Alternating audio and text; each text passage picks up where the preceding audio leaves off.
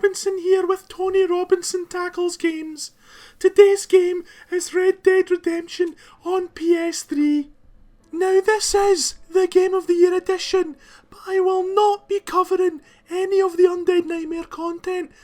That might happen next, I don't know. Anyway, this game, believe it or not, is what people refer to as a spaghetti western.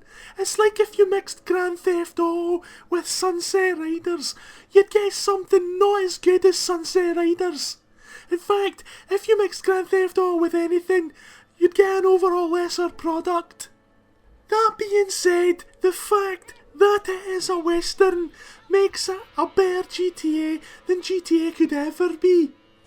You can ride horses, carriages, take unnecessary risks with your own hands. You can play poker, shoot birds, shoot rabbits, shoot coyotes, and get this, you can even shoot people, actual people walking about. Now don't get me wrong, I like shooting people, but it seems even more satisfying knowing that the bullets that I shoot into them may not be directly responsible for their deaths. Tony, what do you mean? I mean, look at these people. They've barely got any plumbing. They're more likely to die of dysentery.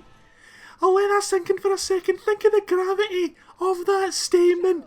In the Old West, these people were less likely. In the Old West, frontier time, violence was commonplace. Outlaws, bandits, thieves and murderers, they were less likely to have died from a bullet because of all the other dangers.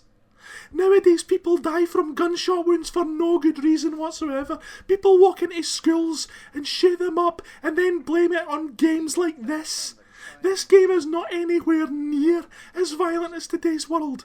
Now, of course, you could argue the extreme case of, well, what if I played like a nutcase, using every bullet I had, shooting NPCs in the skull?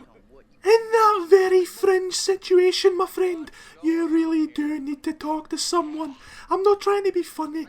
If you need to vent your anger by viciously murdering things that aren't real, there may be some deeper-rooted problems in your life.